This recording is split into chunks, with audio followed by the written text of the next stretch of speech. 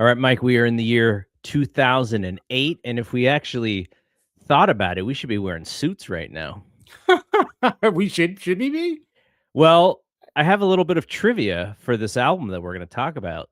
The Year of the Okay. Gentleman, Neo, supposedly wore a suit to every recording of the songs on this album to get in the mood.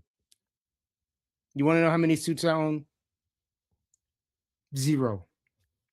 Yeah, I got one or two as well, but just the idea that this man was like, I'm gonna take this back to the Rat Pack era here with this album, and he I busted mean, out a suit for every single recording. good for you, Neo. I would want to record in comfort. So if I was Neo, I'd be, it would be a year of like the lazy dude walking around in sweats. Year of the Leisure. I like that a lot. And this is a time where he's kind of doing the method acting thing, right? Like you hear of actors like Jim Carrey when he was playing Andy Kaufman. It's like he's just Andy Kaufman the whole time and is annoying the shit out of all of his co-stars because he won't be just a regular guy. Right. So for Neo, this album, it's like the theme is the Year of the Gentleman. He's taking it back. He's classy. He's old school. He's, opening doors for the ladies and everything. And then the following album, which is Libra Scale, he kind of treats it like a movie. I don't know how you can treat an album like a movie, but there's like a narrative of what he's trying to portray in Libra Scale. I don't think it works as well as, It does as not. his narrative for Year of the Gentleman, but he's kind of in this mode, right? Like he's in this idea of like, how do I be creative with albums and themes and releases? So, I mean, respect to him. It doesn't mean it necessarily has to work, but I just thought that was an interesting thing. Yeah, like the idea of it and the taking an album and making it like a whole moment. I think that's kind of a cool thing. It doesn't always work. I mean, Libra Scale, I know there's like a narrative you're supposed to follow. I don't The follow Garbage it. Man is the narrative. It's a narrative of a garbage man. Is it like Jamal the Garbage Man or something like that? Something like some crazy stuff, man. I don't even know. I have it written down the line, so we'll circle. We'll get into it. Okay, how do we pronounce my man's name? His real name? Yeah, I believe it is Schaefer Smith. Schaefer. Okay. Yes. I have his middle name as Shamir. That sounds Schaefer right. Shamir Smith. That is a name. That is a name. I love my black people. But Schaefer Shamir Smith is almost a better like creative name than Neo? taking a name from a movie, The Matrix. Right. Right. Exactly. I agree with you. Should just use his own damn name. Yeah, use your own name, man. Yeah. Okay. So 2008, the idea of the Year of the Gentleman. Neo was obsessed with the aesthetic of the 1950s Rat Pack.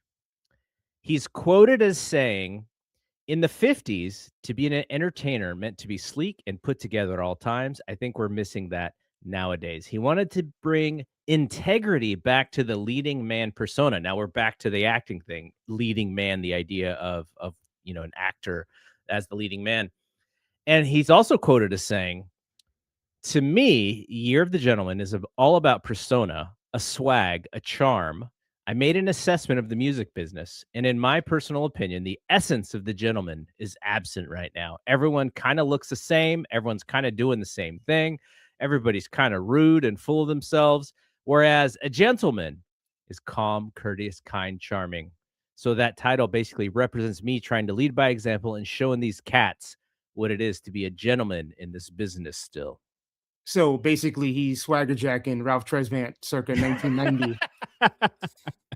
He should have redid Sensitivity. I'd have checked that out. That'd have been dope. Okay, so we'll circle back to the album and everything that went into making this album, but we're going to try and be present in the time frame of 2008. Now, I think we did an album. I think Amy Winehouse was 2006, I think. So we're not too far from that. Yeah, we're in the ballpark. So where are you at in 2008? 2008, I am 31 slash 32 years old. 2008 was the year I moved to Boston. Um, so, was uprooting myself from New York City, living in a new place as an adult, a new state as an adult for really the first time. Um, it was an interesting year, just a lot of personal upheaval. But working in music, obviously, I've worked for the same company since 2005, so I was 3 years in at that point, and I believe Opinions was still popping. I'm pretty sure I reviewed Year of the Gentleman on Opinions. So yeah, I think that's where I was at. So I am in an interesting place in my life at this point. So I am about a year removed from divorce and trying to balance like the kids and how that thing is going to work, being divorced, kind of being back out there as a single human and realizing that it's kind of fun, but at the same time, it's also a little distracting because I really need to focus on the home life and making sure my kids are good. And so going through all those things, which is perfect for this album Mm, because Neo, while I don't imagine he's a married dude while he's recording this album, because he's a few years younger than us, like 3 years younger than a us. couple years younger, yeah. So he'd be in his late 20s. But he's going through a lot of heartbreak, or at least he's writing about a lot of heartbreak and reminiscing and stuff in this album. So this album connects very well with where I was in my life. And Same. I remember you, I don't know what we would have been using back then, Google Chat or, whatever vehicle we were using to communicate. AIM.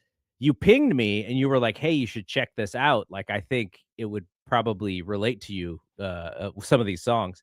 And so I checked it out. I think I went to I can't remember if I may have actually just gone to the store to buy a physical CD, at that point and just buy the album because I was like, okay, like I really need something, and I just remember listening to this thing over and Over and over and over. over and over. Mm. And for a place and time, this time frame and maybe a couple years after this is one of my most listened to albums and one that we're also going to talk about at a different time. This album and Continuum, like I was just like going back and forth with both of those albums during this time frame. Yeah, man. It's funny. I'm one thinking back to 2008, and I'm like, did we do one of our Vegas trips in '08? That's a good question. I don't I don't. remember. Who I wanna knows? say maybe it was, like was it 2 years before that? Well, we did '06 because we did '06 for our 30th, Right. but we did like three different, at least different Vegas trips. That I could we could probably look through back through some iPhotos and figure it out, but yeah, like, back then, before we had this, these cameras and these iPhones and stuff, like, that's kind of how we would see each other is just Right, traveling to events and both of us showing up, so right. okay, the year in 2008 here in music. February the 8th of 2008, Michael Jackson's Thriller is reissued as Thriller 25 25. Yeah. to celebrate its 25th anniversary with MJ himself as the executive producer. What was on Thriller 25? I remember there's like Oh, some you don't Kanye remember? I remember there's some like Kanye remixes of songs and There, stuff. I it don't remember was what else was on there. it was all Kanye and Black Eyed Peas. There was a duet of "Beat It" with Fergie. Oh God. There was "Want to Be Starting Something" with Akon. Uh, I think will.i.am did PYT, and then Kanye did Billie Jean.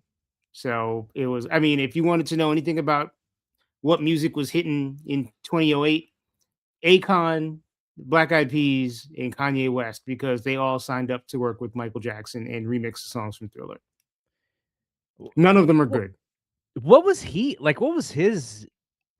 Like why? Like for him, what would the reason be to redo these classics? I mean, I think he was trying to stay relevant, obviously, and I think he was actually working with will.i.am and Akon on new material.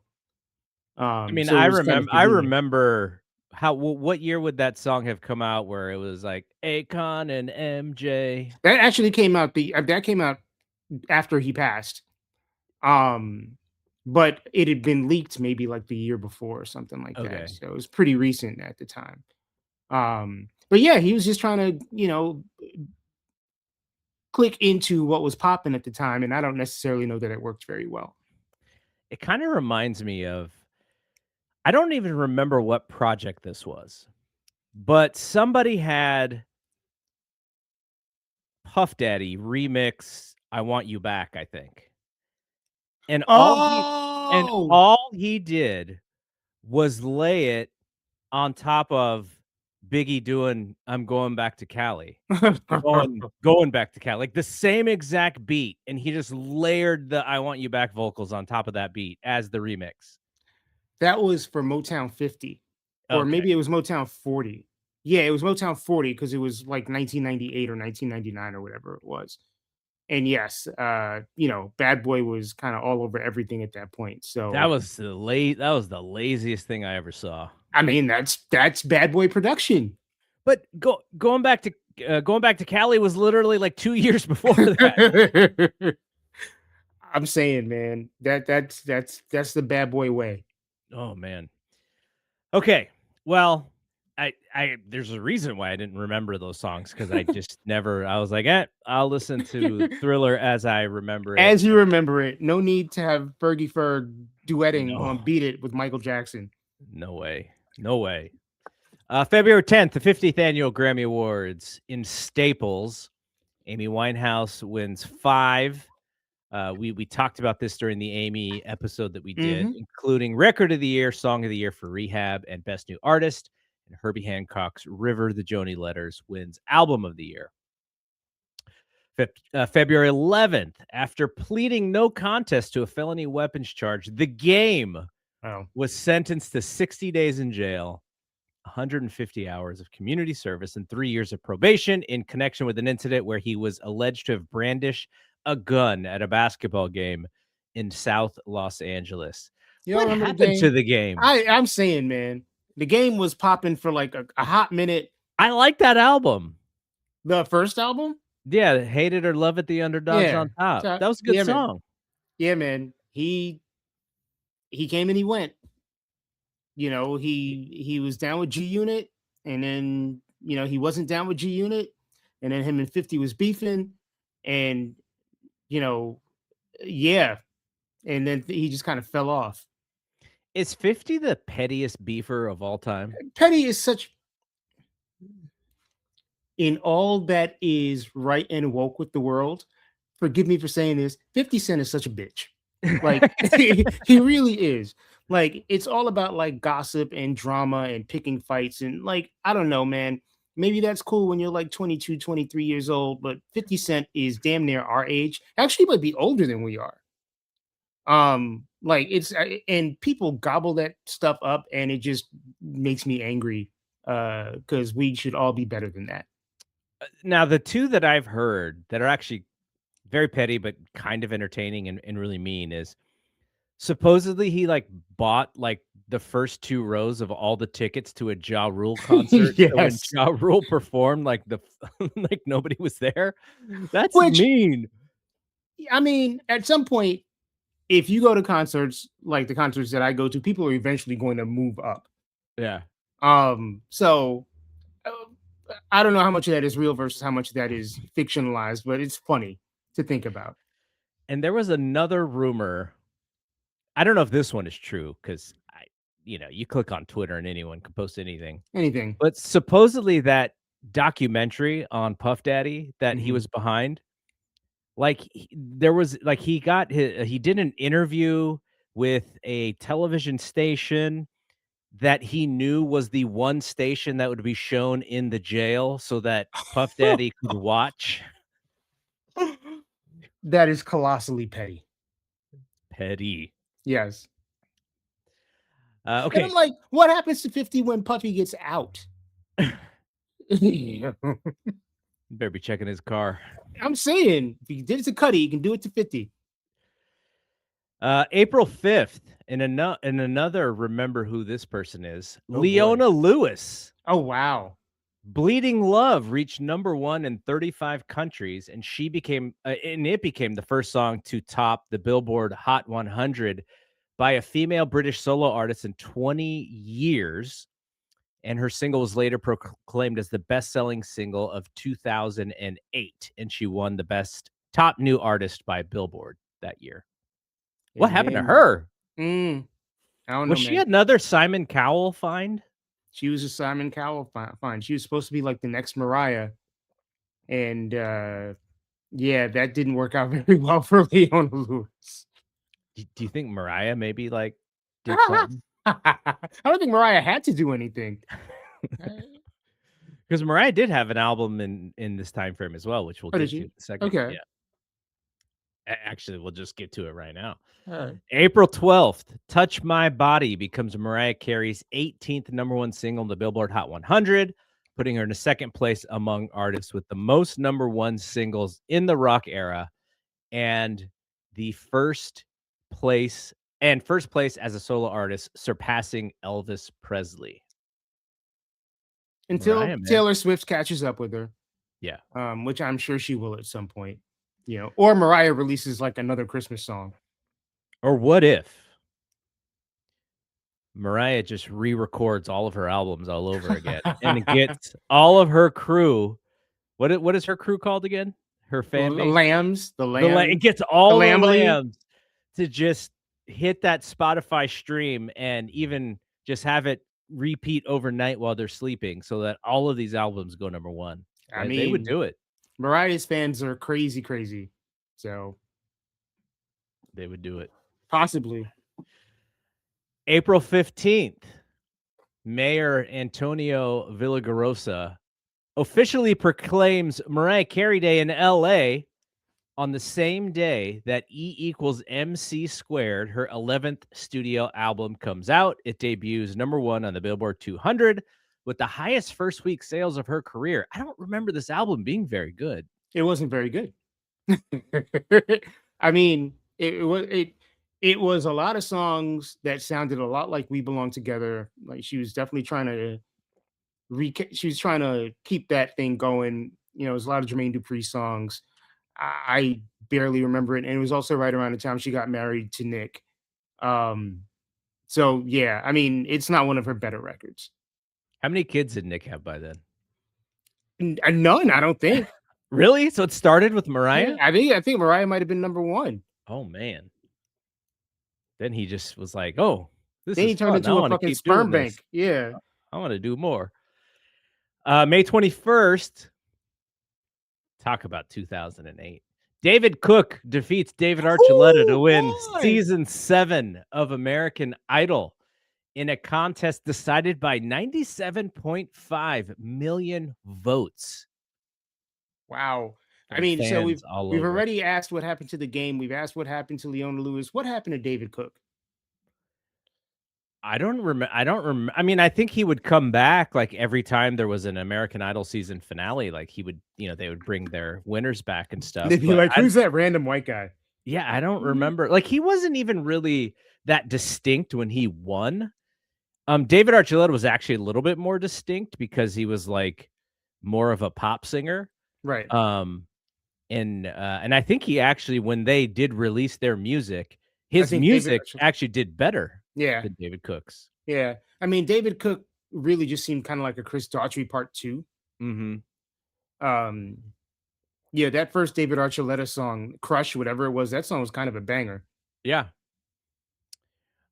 June 10th, Lil Wayne's 6th album, The Carter Part 3, sells 1 million copies in its first week of release. People, what were I y'all don't think thinking? I've listened to that album all the way through yet. I have. Um, it's not bad. Uh, but this was around the time everybody was like, "Oh, Lil Wayne is the greatest rapper alive," and I was like, as long as Rakim and Nas and Jay Z and Big Daddy Kane and KRS One and Lauryn Hill and all these people are still alive, Lil Wayne ain't the best rapper alive. Yeah. August 16th, speaking of 50 for 50, Madonna celebrates her 50th birthday. So how old would that make her right now? Madonna is 67 years old. Wow. Yeah. I recently watched A League of Their Own. Okay. Not too long ago. I've seen it a bunch of times, but Madonna is prominent in Arsenio Hall's book. oh yeah. Yes. Oh, I can't wait to get there.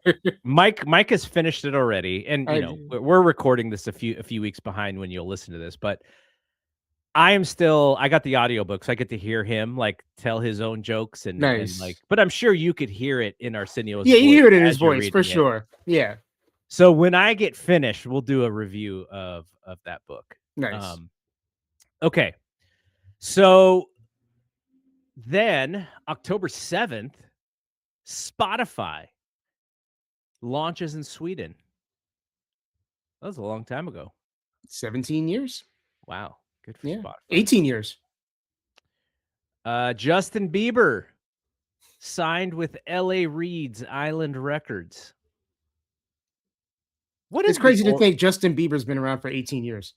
so the I remember the origin story of Justin Bieber being that like Usher like pushed really hard after watching him on YouTube or Yeah, something. he was doing covers on YouTube, and somehow those covers made their way to Usher, and Usher and I think Scooter Braun, who might have been managing Usher at the time, and they took him to Universal or Def Jam or wherever LA Reid was and got him a deal.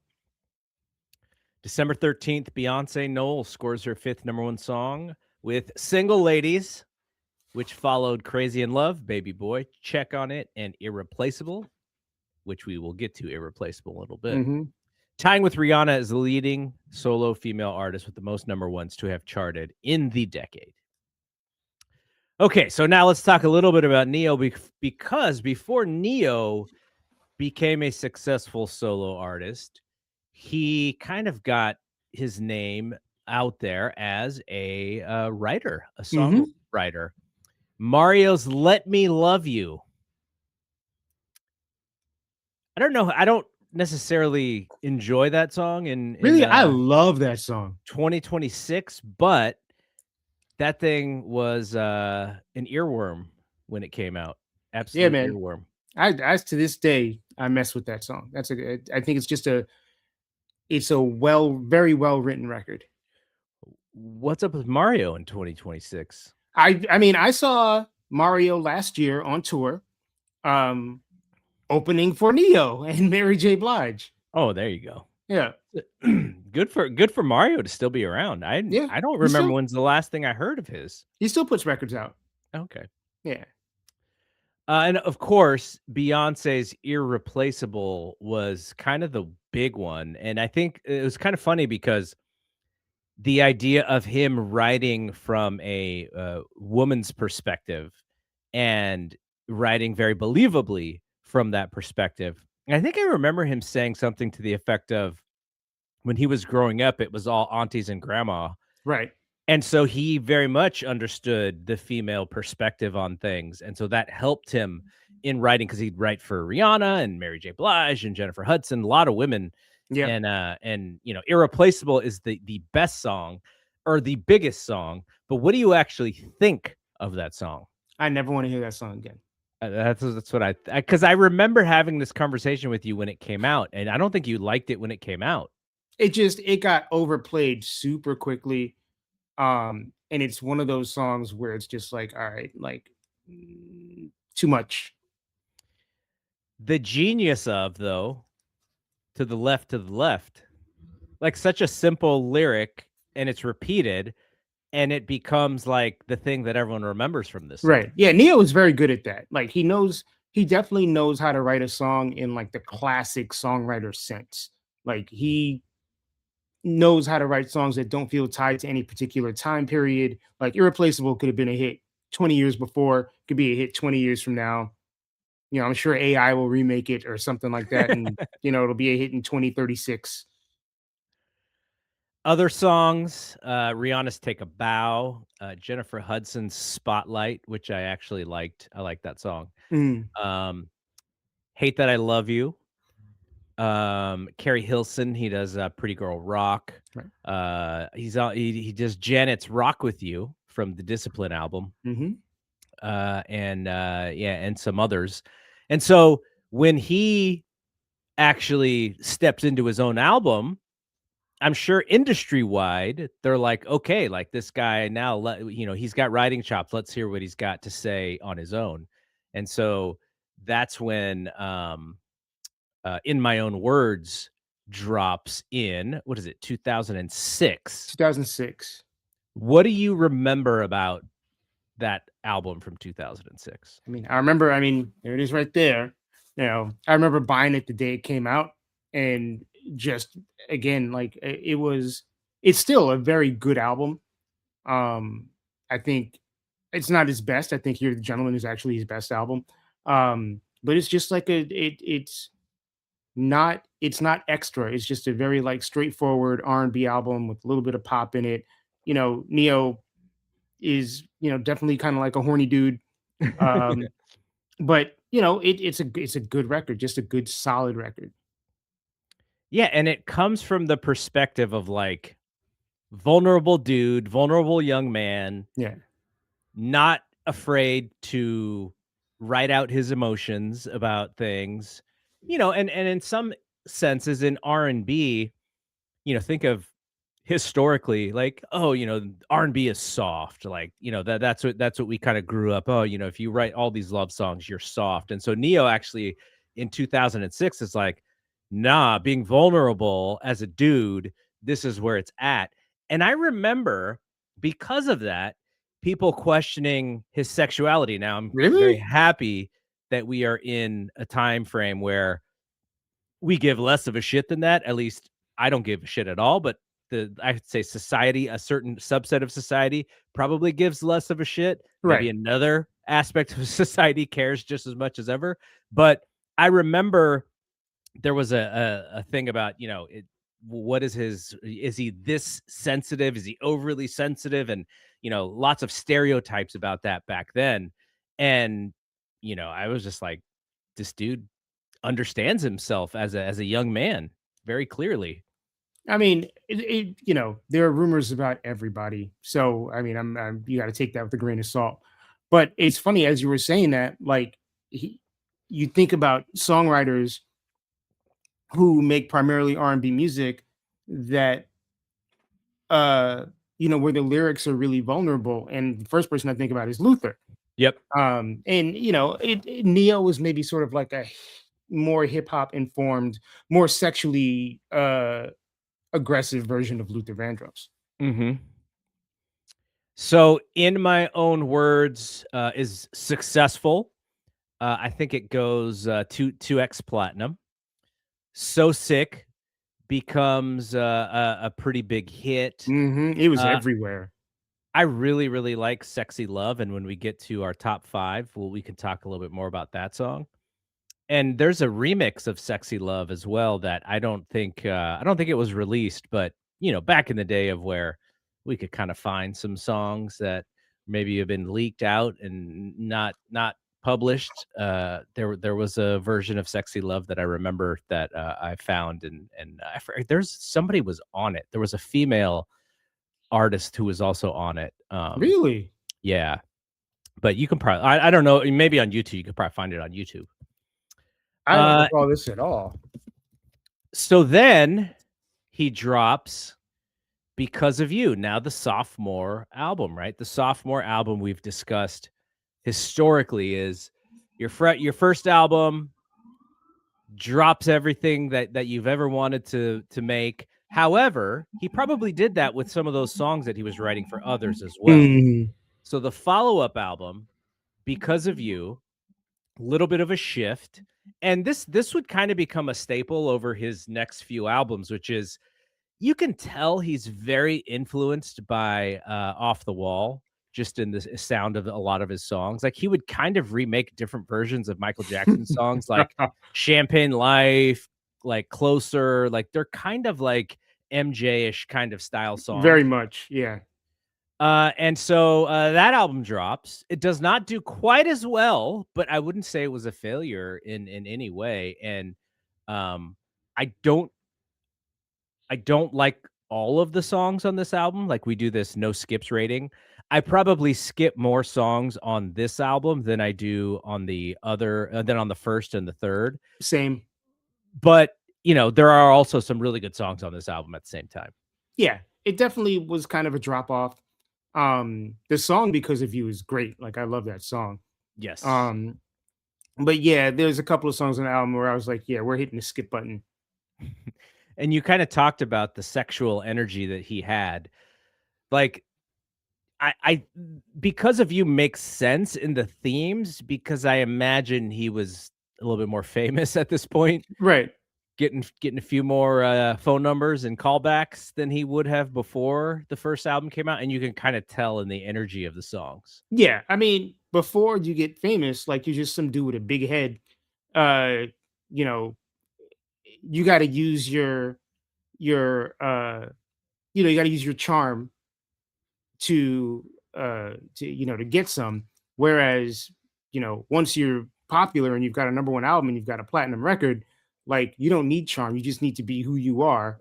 And the line forms to the left. Well, Martin Lawrence explained it very well. He said before he became famous, he was Funny Martin. Then he got in, House Party or Do the Right Thing, I forget which one he said. Mm. Then he became Cute Martin. He got his own TV show, he was fine. Oh yeah. Yeah. Same dude. Yeah. Same exact same dude. Okay, we'll skip some of the themes of Year of the Gentleman because 'cause we'll cover it, but I wanted to go through one more album, which was Libra Scale, because after Libra Scale, there's the album with Let's Go, and I think that album's actually pretty decent, but then Okay. I realized he has all these other albums that I know, like, one song from each. Yeah, I mean, he put out Libra Scale, and then he put out RED, which I think is a really, really good album. That's the album that I was talking about, Yeah. yeah. That album's really And good. and then yeah, then he kinda like fell down a well. I actually Uh, have a song from the RED album that, was like it was on the cusp of my top 5, but I didn't put it in. We'll and I talk think I have about it 2 when we get songs to from that that episode. album in my Okay, top 5. there you go. I like it. Okay, so Libra scale, this is what we were talking about earlier. Neo's most ambitious and polarizing move was to create a superhero mythology to accompany the music. The album follows Jerome, a garbage man who is granted Jerome. superpowers but forbidden from falling in love. And Champagne Life represents the allure of the high life, while One in a Million represents the grounded love that threatens his power. The Libra scale represents the literal balance between being a hero superstar and being a normal human being. Without that explanation, I would have no idea that there was anything different from Libra scale. It's good than any other Neo album. It's all that backstory, like, cool. It Yeah, makes no impression on your listening whatsoever. exactly. Okay, now let's talk a little bit about the Year of the Gentleman here. I will say it is my favorite Neo album. Yeah, same. Um, the my no skips rating is going to be really high, but again, because I listen to it so often, like I don't know that I skipped a song, when I listened to this album back in the day. And I've re-listened to it a couple times these last couple weeks, and I think it holds up pretty darn well. I It wa it agree. wa it held up really well, and I was actually surprised because sometimes when you have albums that are your go-tos in a certain time of your life, and then you're like in a completely different space, listening to those songs again can kind of be traumatic sometimes. Mm, You're thrown back into a time maybe where you were a little bit uncomfortable. And so sure. I was a little weary of going back to this album. And then when I listened to it, I was like, it's just really good.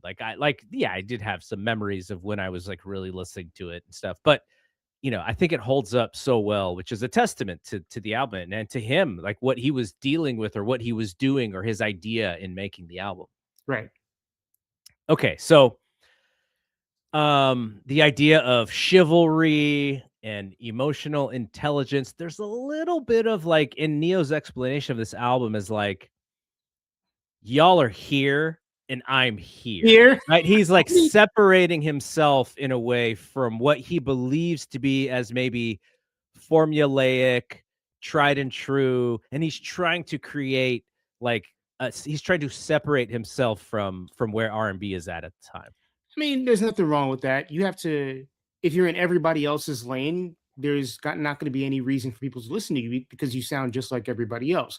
So he created his own window. And, look, I couldn't even begin to tell you what R&B was popping in 2008. I mean, I feel like we were already sort of in the Chris Brown, Trey Songz zone, Yeah. which, I think Neo, just by virtue of being like mature, kind of separates himself a little bit from there. But, I mean, part of being an individual, right, and having your own individual identity is separating yourself from everybody else. So, he saw his lane and he drove into it. So I think there were 5 actual singles from the album. Okay.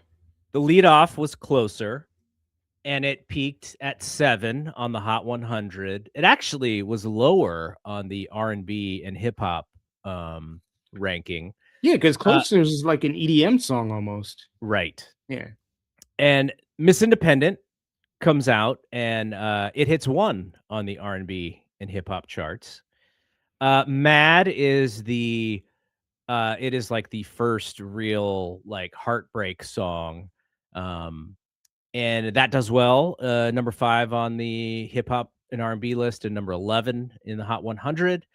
And then it kind of falls off, but what he does is Jamie Foxx and Fabulous remix Miss Independent and they call it She Got Her Own. It's a bonus track and then that gets released and actually does really well on the R&B and hip hop charts. Not as well in the Peak 100, but do you remember She Got Her Own?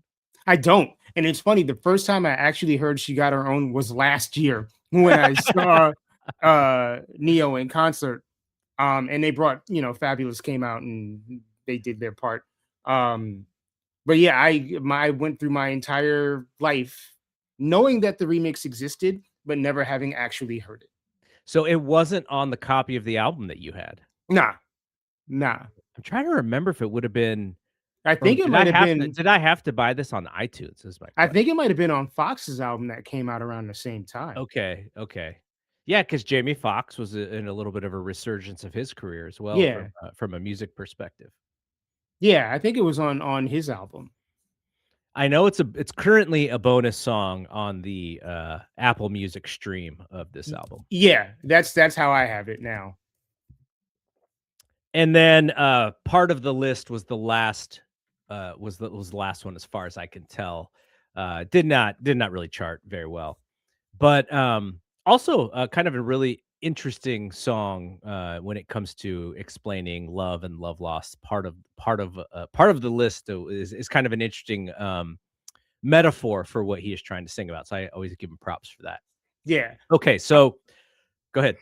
She Got Her Own is on Jamie Foxx's not Unpredictable. It's on the same album with Blame It on the Alcohol. Mm. But for some reason, Apple Music has it grayed out. Oh wow. So I wonder what's going Interesting. on there. Oh yeah, Yeah. that's right. That's right. When I went to listen to it on Apple Music, it's there, but it's also grayed out for on Neo's album. Huh, interesting. On the deluxe version or whatever it was. All right. Okay, so the Stargate connection. Do you remember these Yes. dudes? Yeah. Stargate was like some Swedish dudes that wrote a lot of Rihanna's early hits. And as well as, they were collaborators with Neo. And I'm assuming for a bunch of other artists too. And the album was largely recorded at Westlake Studios in LA and then Carriage House in Stamford, Connecticut. I wonder what had him going from coast to coast there. Maybe he lived in Stamford, Connecticut. Stanford's pretty expensive, man. I mean, he can afford it. I guess. Or you know what? A lot of lighter skinned people live there too. In Stanford, Connecticut. Maury Povich used to film in Stanford, Connecticut. So maybe he was just kind of hanging out with Maury and finding out who the baby daddy was. You know where else? You know what else is in Stamford, Connecticut? What's that? WWE headquarters. Of course it is. Yeah. That makes sense. Okay, now here's where do you believe this or not? Oh boy. Supposedly, Neo is known for writing lyrics in his head without writing them down That's first. some bullshit. That's some. As soon as Jay-Z came out and was like, "Yo, I don't write my lyrics down," and I actually think Biggie did that first. Yes. Um, Everybody was like, "Oh, I don't write my lyrics down either," and I'm like, you know damn well, like you write your lyrics down. It's so Now, silly. okay. I'm with you. I think it's very impressive to say that. However, there were times when I was first podcasting where I would think of as I was driving, and this was only when I was driving, because when you're driving, you're just at the mercy of whatever traffic is. And so you have a lot of time to contemplate stuff. And so I would kind of go through topics in my head of things that I wanted to talk about on shows. And then all of a sudden, I'd be formulating my intro, I'd be formulating my outro. Now, because I didn't write it down from that moment, who knows if I got close to kind of how it sounded in my head. So I get the idea piece, but I unless Jay-Z has this like really or Biggie, unless these guys have this like tremendous ability to listen to a beat on part of their brain and then speak and rhyme on the beat at the same time, I think they could probably do it. That's part of what freestyling is. But how do you then remember it and then get someone to record it like in that long period of time? Because you'd have to You keep going through it and memorizing it until you get to your recording. Yeah, you can't do it. I mean, think about the second verse in 99 Problems where like he has the confrontation with the cop, or you think about a Jay-Z song like Meet the Parents, which is like a really detailed narrative. There's no way that could be a freestyle. There's no way. You know, I was I was thinking about this freestyle and we're kind of veering off, but I think this will be an interesting thing for people to think about. So I can't remember what show. I want to say maybe it was the Wake Up Show. The Uh Sway and King Tech. yes. Yeah, yeah. It's either them or Bob and the New York show. Bobito and Oh, Stretch and Bobbito. Stretch and Bobito. Yeah, yeah. It was either one of these two shows, but Biggie comes on and they want him to freestyle. And so he starts freestyling. And because I'm listening to this portion of the show many years later, right? Because Mm, it's like way later. Biggie's already died. His freestyle is a verse from "You're Nobody Till Somebody Kills You," and I was like, he wrote that shit down, man. Like he he's wrote it not down. going off the top of his head. Nah, that's a record that was sitting in the chamber, and you know, it was the first thing he could think of to rhyme. The thing that he remembered. Yes, yes. So that also made me kind of call BS, like you just Yeah, called BS. yeah. Okay. So I think this is the most critically acclaimed album, as far as I can tell. Like, I think people really liked the first album, but he was new, and there was, the third album came out, and they were like, okay, this is him coming into his own. Right. I think Libra scale's a little bit of a fall off, but then, like you said, Red was good. I just don't remember Red being all that super duper successful like the other albums were. I think it did okay. I think after that is when things kind of like went sideways. Yeah. Nonfiction, Good Man, and Self-Explanatory are the other albums. And just Other recently, he's come out with a slow jams album, which are all of his slow jam songs on one album. Right. Um, so it went number 2 on Billboard was blocked from the number one spot by Metallica's Death Magnetic. Is that does that sound right to you? Yeah, it sounds right. UK, it did really well. It actually sold more in the UK, maybe based on this sound that we were talking about with Closer, Mm. than it did in the US. I mean, yeah, this was when like R&B artists were starting to have this like flirtation with dance music and like Usher did whatever DJ got us falling in love again and like all this Mhm. stuff. It was a really interesting time. Um some of those records worked, some of them didn't. Uh but yeah, Closer, I mean, times are different now, but back then a radio station that typically played just hip hop and R&B was not going to play a record like Closer. Mhm. All right, let's do our Grammys Redux segment here. The 51st Grammys in 2009. This album was nominated for Album of the Year. It was. It Now, was. what is kind of weird about that, now based on how I introduced this, you can tell it didn't win. But what's interesting about that is it gets nominated for Album of the Year. It is the only album that is nominated for Album of the Year that is also nominated for Contemporary R&B Album. It does not win Contemporary R&B Album. Why? I That's mean, kinda wild. I don't understand how that works. I don't Okay, think so anybody does. here are the nominees. Raising Sand by Robert Plant and Alison Krauss. Viva la Vida or Death and All His Friends by Coldplay. The Carter 3, the aforementioned The Carter 3 by Lil Wayne. The number of people with writing credits on The Carter 3 is incredible. Not surprised.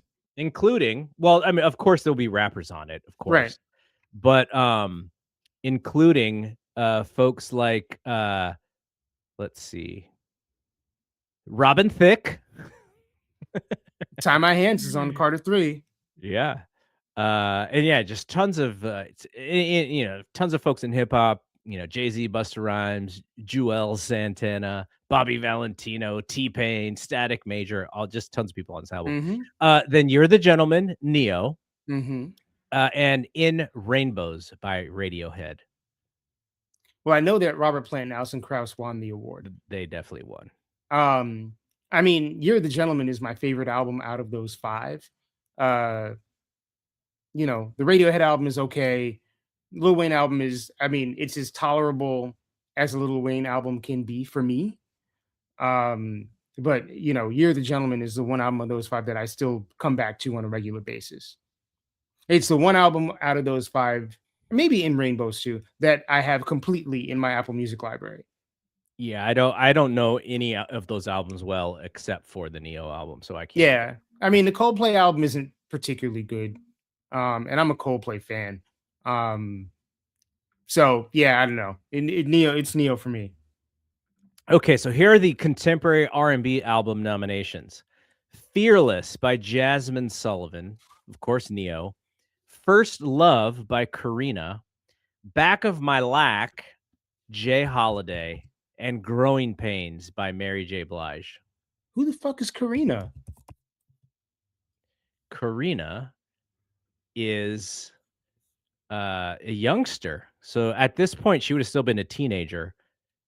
Def Jam artist, Dominican of Dominican and Armenian descent, and born in New York City. I do not remember this person at all. Yeah, I don't know any of her music actually. Huh. So Karina? yes, the album First Love is on the Def Jam label, and it did not sell at all. That's why you I don't know it. Somebody paid for that Grammy nomination. Yeah. Um, I think that is the album, right? It's First Love. yeah, Yeah. no, I just looked it up. Yeah. So on Wow. this album are artists like Lil Mama. Actually, Lil Mama is the only guest on the album. Somebody paid for that Grammy nomination. There's no way. Yeah, very interesting here. I mean, it looks Uh, like The Dream produced a couple of songs on it. Neo wrote a song on it. By December 2008, the album had sold 28,000 copies. Wow. Amazing. Yeah. As Huh, you interesting. can probably guess, Mary J. did Mary win J. the won. Grammy. That Mary J. album is very good. That Jasmine Sullivan album, which I think is her first album, is also really good. But I would given that award to Neo too. All right, last one we'll look at. Neo did win 2 awards for Miss Independent, I believe. Best Male Pop Vocal Performance, I'm Yours, Jason Mraz. Oh boy, remember him? Wichita lineman James Taylor. All Summer Long, Kid Rock. That Was Me, Paul McCartney. Closer, Neo, Say, John Mayer. I'm not going to say anything good about Kid Rock, even Kid though there was Rock. a point in time when I liked that song. You mean Kick Rocks? Seriously, seriously. Um, you know, I might give that award to my man John. Like John won. yeah, it would be John and then like Neo 1A. Yeah, Yeah. there you go. That's such a good, I Okay. mean, it's such a I will talk about John Mayer on a separate episode. That song is so simple, but it's so pretty. Yes. Yeah. All right. What do you think about the line from So You Can Cry where Neo sings, I'd rather Calamari? go have calamari? I I knew where you were going as soon as you brought it up. I was like, it's silly. It fits. Yeah, I it mean, fits. you know, I appreciate like no one I don't think has ever mentioned calamari in a song before. I mean, the song is essentially like, I'm ready to, like, treat you like you've never been treated, and yet you still go back to this other thing that is, like, not great for you. So, Mm. you can go do that. I'd rather go have calamari, like, that's Yeah, supposed to show a little bit more of a little upscaleness to your, Mickey D's that you're having with your man over here. right. But, it is such a memorable line. It I is a don't know very if I've memorable ever one. heard the word calamari in a song before, so that's probably I'm why it pretty sure stands I out. have not. Yeah. Yes. No, but as soon as you said that, I was like, that's the line. Okay. Closer was written after Neo spent time in London clubs. He realized R&B was becoming stagnant and needed the four on the floor energy of house music. I mean, Closer is a great song. And I love house music. So I was definitely feeling that when it came out. Okay, here this is an age-old question that I always ask you about when it comes to artists. The longevity piece of this. Hmm.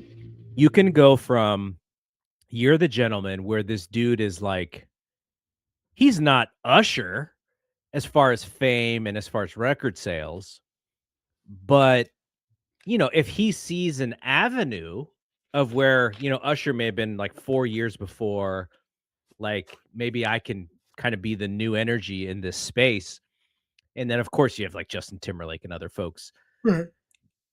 This just the idea that he can go from this album and then make 2 albums, whether or not you like Libra Scale, I think there's songs I like on Libra Scale. I don't like the overall album, but then Red is good.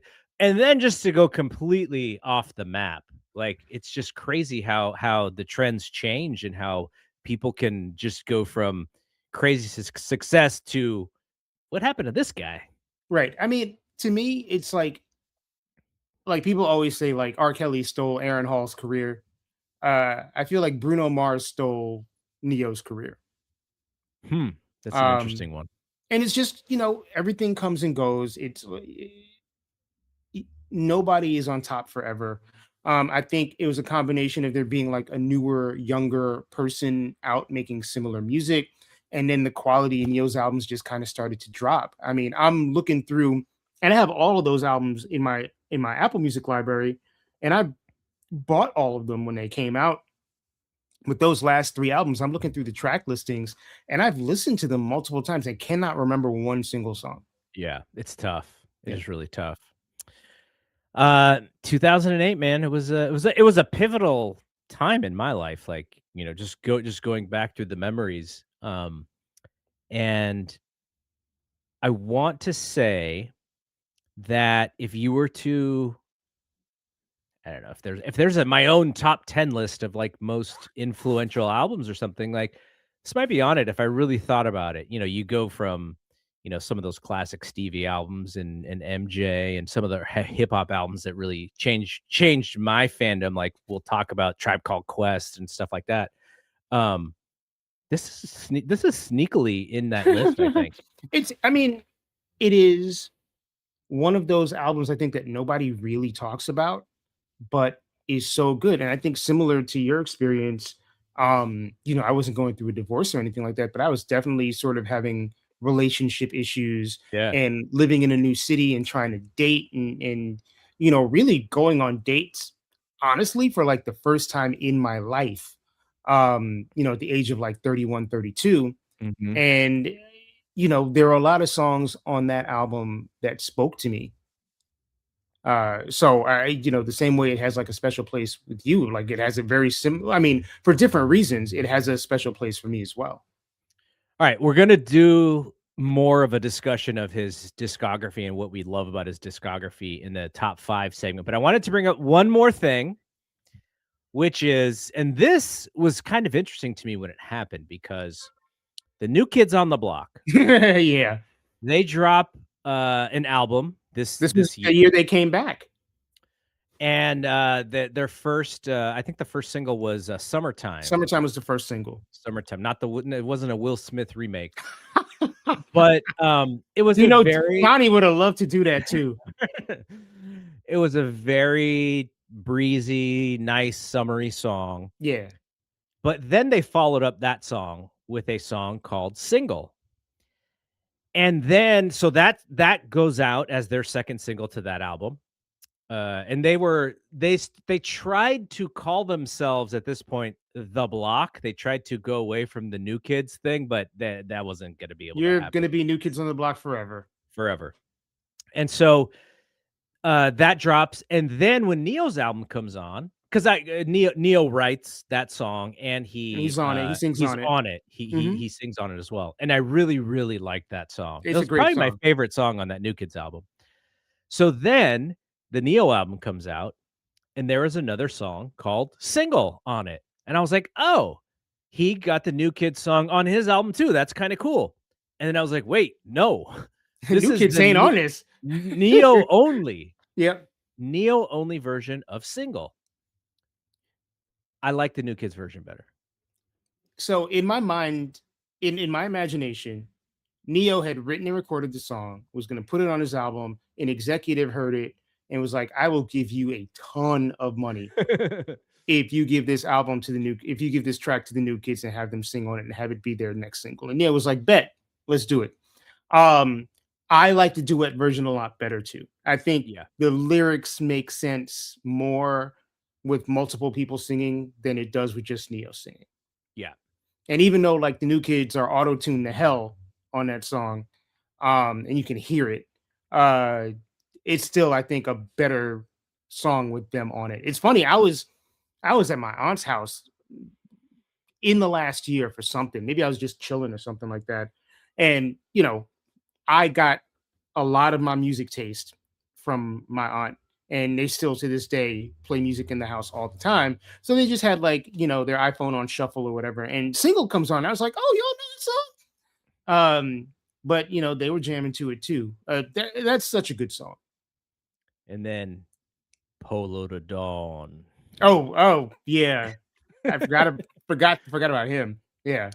So for our top 5, we're gonna go through the Neo stuff, but I wanted to give you the opportunity to quickly go of your favorite songs that Neo wrote for other people that he didn't necessarily perform on himself. Right. Well, you mentioned "Let Me Love You" by Mario, which is 100% my favorite song written by Neo that he didn't perform. Um, there's a song on that Janet album called "Can't Be Good," which I think is a really good song. Um, and actually, as I was looking through his Wikipedia, a song came to mind that I hadn't heard in forever, and I was like, "This is a really good song." I remember it now. It's called "That Girl," and it's by Marcus Houston. Mm. So Wait, B2K? Immature, Immature, that's what it yeah, is. Immature, or Roger on Sister Sister. Yes, yes, yes. Yeah, um, That Girl and Let Me Love You sound very, very similar. But that's a really like good, like understated, like very cool R&B song. Um, and everything else I had on my list was a song that Neo is actually on. It's either a duet or like collaboration or something like that. So I'm I really like Hate That I Love You. right. I was like, should I put that on like my actual list? Mhm. Hate That I Love You is a really, really good song.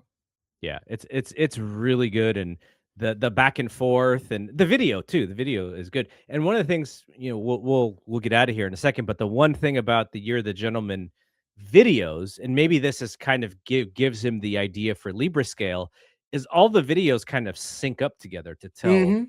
like a narrative, a specific narrative. So I appreciate Neo's mind, right? Like yeah. he's definitely thinking a step ahead of folks. It sometimes seems like over ambitious and maybe a little silly, but it's still good. And I will also say the man knows how to put on a show. Um, Oh, he was good. yeah, he was great. Like he actually does. I think he sang a little bit of Off the Wall. Like it's very Michael reminiscent. He came out with like the black glitter jacket, and the bow tie, and did his little dance moves, and he's got like all the ladies dancing on stage, and he knows how to carry a tune. He has shown me he should do a Vegas residency.